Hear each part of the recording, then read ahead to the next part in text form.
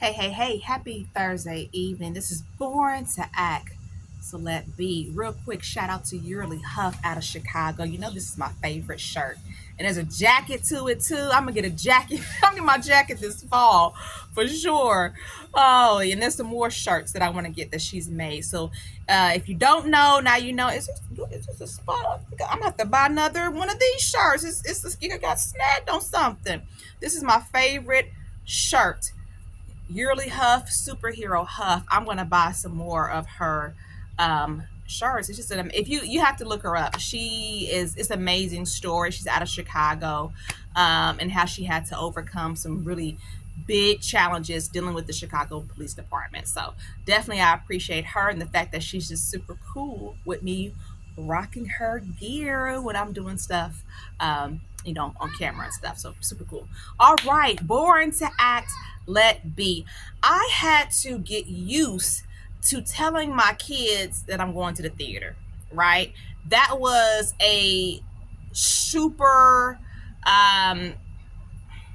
just a huge challenge. Okay, because remember, I'm overcoming shame, fear, doubts, feeling like I'm sinful, right, with everything that I'm doing in the theater space, because it's such an ingrained belief, right? I no longer think that the theater is bad or bad association, but it's still those ingrained core beliefs that I'm working to uproot, which is why what I'm doing today is so important, because it helps me in that space. So I had to get used to telling my kids that I was going to the theater, right? I just felt guilty about it, or maybe it was even shame. So, long story short, last year I had the wonderful opportunity to be a part of Deep X Fest through Indie Fringe, and that is where I performed my one woman stage play for the first time, as well as doing it independently. It was all in that same week. So it was very, very amazing. Just being in that space, super amazing, super great experience. But what I did when I was going to be a part of the program is that's what I told my kids. Hey, I'm going to a program. I'm going to be going this time and this time, and I'll be home. And sometimes I would get home pretty late, like about 10:30 or so. So it got to the point where my son was getting concerned, and my daughter was like, "You dating somebody?" Like, and that's a story for a whole nother time. Like, oh yeah, yeah. It's cool, right? I promised my daughter I wasn't gonna date anybody until she was an adult. But hey, it's cool, right? I promised her that.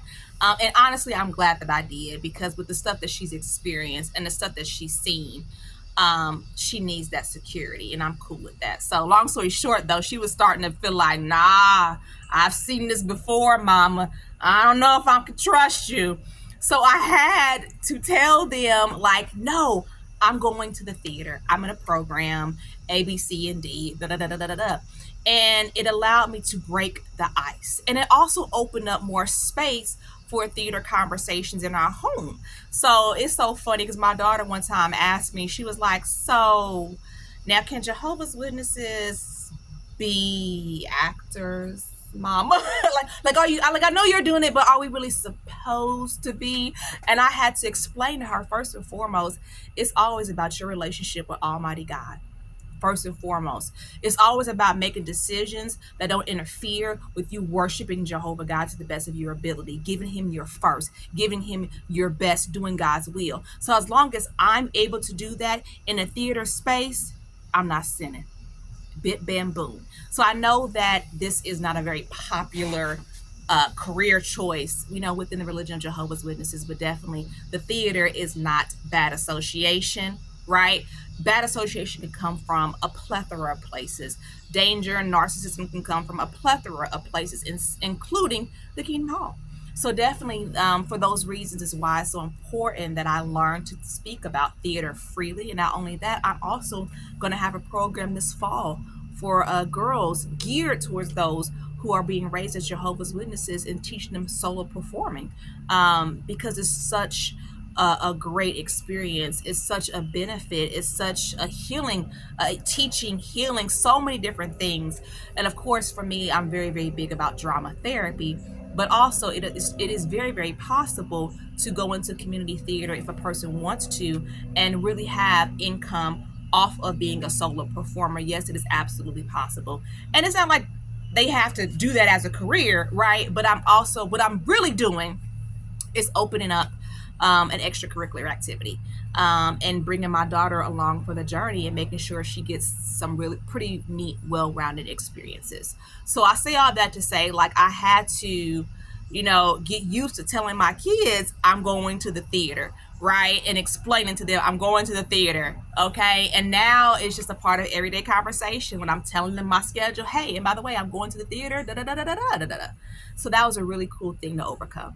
All right, Born to Act, Let Be. Happy Thursday. Please sign up for my mailer at myracassidy.com and watch me on this 2-year plan of just becoming an exceptional solo performing and doing other things within the theater space as well. All right, talk to you later.